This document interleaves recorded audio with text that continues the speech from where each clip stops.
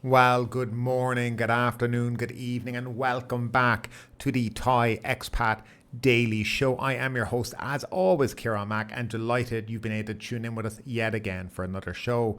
Now, before we do get into the top 4 stories trending here in Thailand, don't forget to like this video, subscribe to the channel, and hit that notification bell so that YouTube will let you know when the next video or live stream is online. Now, if you like listening to us on a podcast player, there's a link down below in the description where you'll find all the available podcast players that the show can be found on. And finally, if you want to support the show, if you like the show, if you want to see the show improve, etc., you can do so by looking down below in the description. You'll find a link to buymeacoffee.com, or you can become a member of the channel, and more details of that at the end of the show. So now that's all done and dusted, let's jump into those top 4 stories. The first story coming today is domestic operators see barriers to revenue target. Now, in the realm of domestic tourism, there's a stark reality check as operators anticipate hurdles in hitting the government's ambitious revenue target. The Tourism Authority of Thailand reveals that high travel costs and insufficient flight capacity are the major roadblocks identified by domestic operators. The target set by the Tourism Authority of Thailand is no small feat, aiming for 1.08 trillion baht in revenue from 200 million domestic trips, mirroring the 2019 domestic levels. Last year saw 185 million trips, contributing to just over 900 billion baht, but the climb to full recovery faces challenges. Now, Samruddhi Chitchong, the Deputy Governor for Domestic Marketing at the Tourism Authority, emphasises the need for increased flight capacity and a more buoyant economy compared to 2023. However, costlier airfares, particularly for last-minute bookings, coupled with the country's delayed fiscal budget, cast shadows over the industry this year. With a meagre allocation from the delayed budget, the TAT aims to collaborate with partners to promote domestic tourism among their 15 million customers' databases. The challenges extend to cross-regional flights, with some routes still dominant as airlines pivot towards international travel to woo foreign visitors. Now, Samruddhi highlights the potential for promotions if the Tourism Authority of Thailand receives a sufficient budget, but constrained for now, the focus remains on strategic partnerships. The TAT believes a reciprocal visa-free scheme with China won't significantly impact domestic tourism, emphasizing the necessity for mutual benefits. Now, despite the estimated domestic spending of around 4,000 baht per trip, below the 2019 levels, by the way, TAT underscores a shift in post-pandemic travel behavior. Thai tourists are venturing out more frequently but spending less, particularly in physical stores as online platforms gain favour. With pent-up demand expected to wane, there's a call for high-quality products and sustainable programs to align with evolving preferences for environmental-friendly tourism. The path to reaching that 1.08 trillion baht goal appears laden with challenges and strategic pivots in the domestic tourism landscape. So it doesn't look like it's going to be smooth sailing for the budgeted funds and money that the government believe they're going to be able to generate this year in 2024.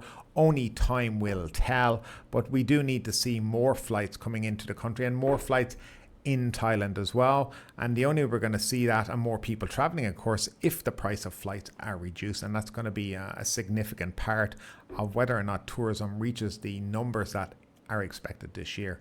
But we'll move along to the next story of the day. Now, the Prime Minister is to announce its plan for the digital wallet loan this week. Prime Minister and the Finance Minister, Srettha Thavisin, announced yesterday that the Council of State had given its opinion on the government plan to borrow 500 billion baht to distribute digital wallets to citizens. The opinion is in line with the government's proposal and that there are no legal obstacles to the plan, though this should not be done through legislation of a bill. The Prime Minister said he would hold a press conference to announce the details of the plan in the next couple of days. He will also discuss the plan with the Council of State to get their feedback on the implementation process. The plan to distribute digital wallets has been controversial, with some critics arguing that it is not cost effective and will not stimulate the Thai economy significantly as intended. Now, however, the government has defended the plan, saying that it is necessary to help people who are struggling financially. A government source revealed that the key issue raised by the Council of State concerns the legislation regarding additional borrowing from the annual government budget, which can only be done in cases of crisis, emergencies and urgent necessity that cannot be avoided, as stipulated in Article 53 of the State Finance and Fiscal Discipline Act of 2018. This article specifies that using funds beyond the normal budget or government borrowing is permissible only in situations of crisis and urgent necessity. A senior source for the Government House said the government is preparing to find a solution by proposing to issue government bonds to raise funds to support the digital wallet scheme. So this has been the flagship promise during the election here in Thailand by the Pheu Thai party. It was meant to be 10,000 baht for everybody, and now it's kind of been whittled down to a certain amount of people, and the criteria I will go through in just a second. Now, the Prime Minister says the Council of State had given its opinion and that it was all okay. Well, no, actually, the Council of State said that they could not do it by issuing a law or a bill, and that was illegal in essence. So it wasn't that they gave the go-ahead. They said you can't do it this way, so find another way. So that really was actually what the Council of State. By the way, what the Council of State says is not legally binding. It's just more advice than anything else. Now, the wallet rules. What will be the rules? Who will be entitled to this money? So Thais earning a monthly salary of 70,000 baht or less, or having a bank balance exceeding 500,000 baht would not be eligible for the government's digital wallet handout scheme. And just to rephrase that, Thais earning a monthly salary of 70,000 or more, all right, would not be entitled. Recipients of the handout would have to use it within 6 months, and purchase can only be made at the stores listed in the areas of each person's national ID address. The digital wallet can be used only for purchases of commodities, not for buying products on online selling platforms like Lazada or Shopee, SIN products, and what they mean by that are cigarettes and alcohol, and jewellery, or to pay off debts or bills or educational expenses. Also, recipients would not be able to get cash. Besides the handout, the government also plans to launch another initiative called e-refund, created for those excluded from the 10,000 baht giveaway. So that fund will be for people who just can't get in, and basically if you spend more than 50,000 baht, you'll be entitled to maybe a higher refund in your taxes at the end of the year, and that's what they're actually talking about there. But I mean, what the digital wallet can and can't be used for, I think we can agree mostly, but I do think for educational expenses, maybe that's something they could relook at again. I think that would be useful to families because school can be expensive for people. So maybe there's something they can look at there. Also, paying off debts or bills, I think possibly maybe being used to pay your electricity bill or your water bill, that might be acceptable as well. But it's for people who basically are earning less than 70,000 baht per month. It's still an awful lot, 50 million people in the country. So, I mean, the digital wallet will be handed out to the majority of people here in Thailand. Now, another story that's coming to us today. Police find nearly 500 minors at an illegal pub. In the latest crackdown on illicit activities, law enforcement officials discovered a shocking scene at an illegal pub in Pathum Thani. A raid conducted at Heaven Rangsit in the early hours of Sunday revealed that nearly 500 minors were in attendance, raising serious concerns about underage patronage and regularity violations. Now, approximately 50 officials took part in the operation, prompted by complaints regarding the pub's illegal operations, presence of underage patrons, and violation of closing time and noise control regulations.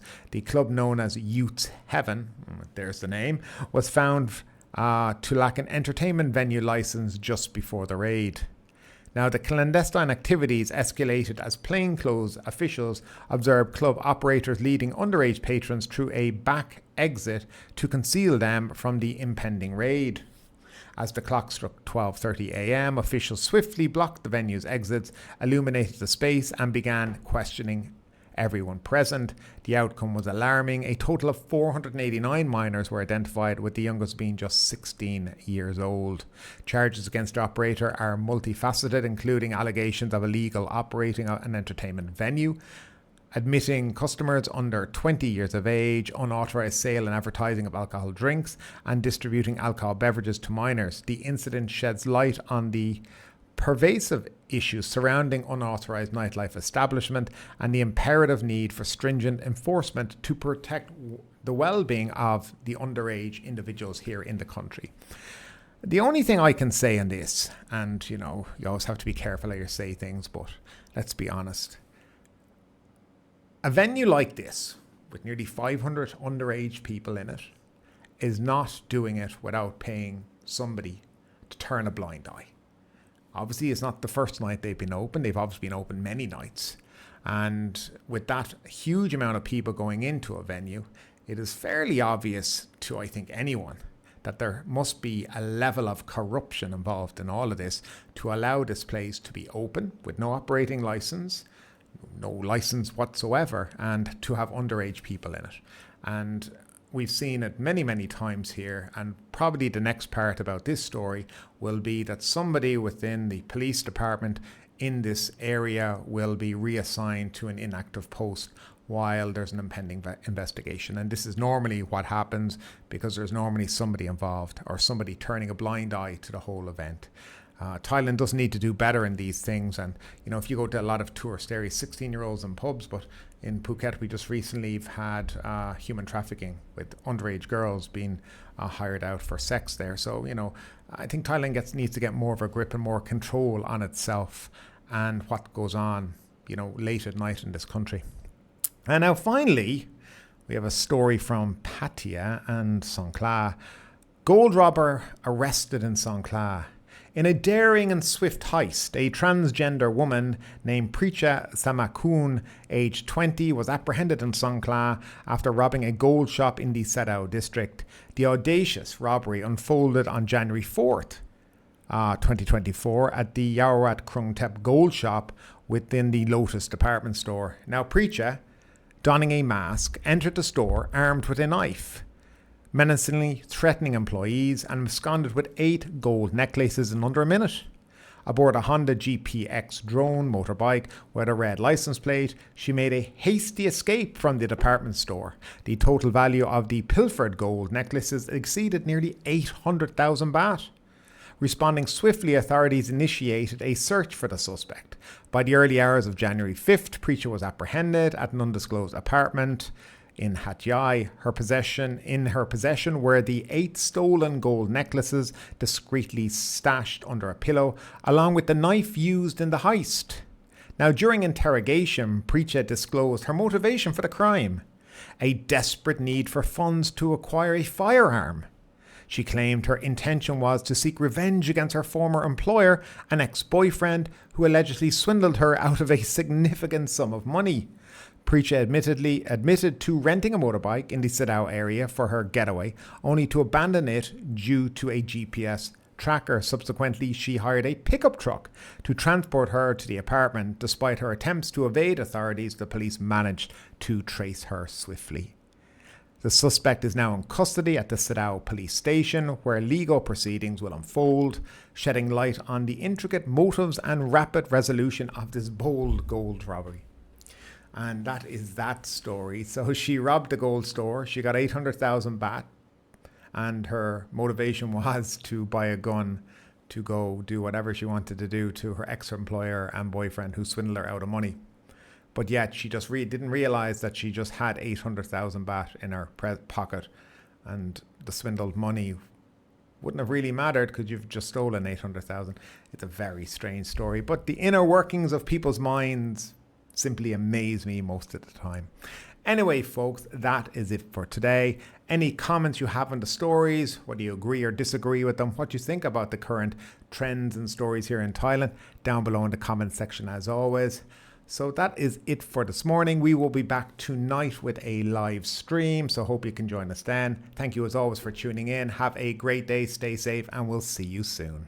But ultimately, with this story or anything else that stood out to you today, I'd love to know your thoughts in the comments down below. Because yes, this is a news show, but it's also a conversation. Now keep that conversation going. Make sure you like this video, subscribe to the channel, share the video, and do all the good stuff that does help that YouTube algorithm. But ultimately, my name is Ciarán Mac. You've been listening to the Thai Expat Daily Show, and we will see you next time.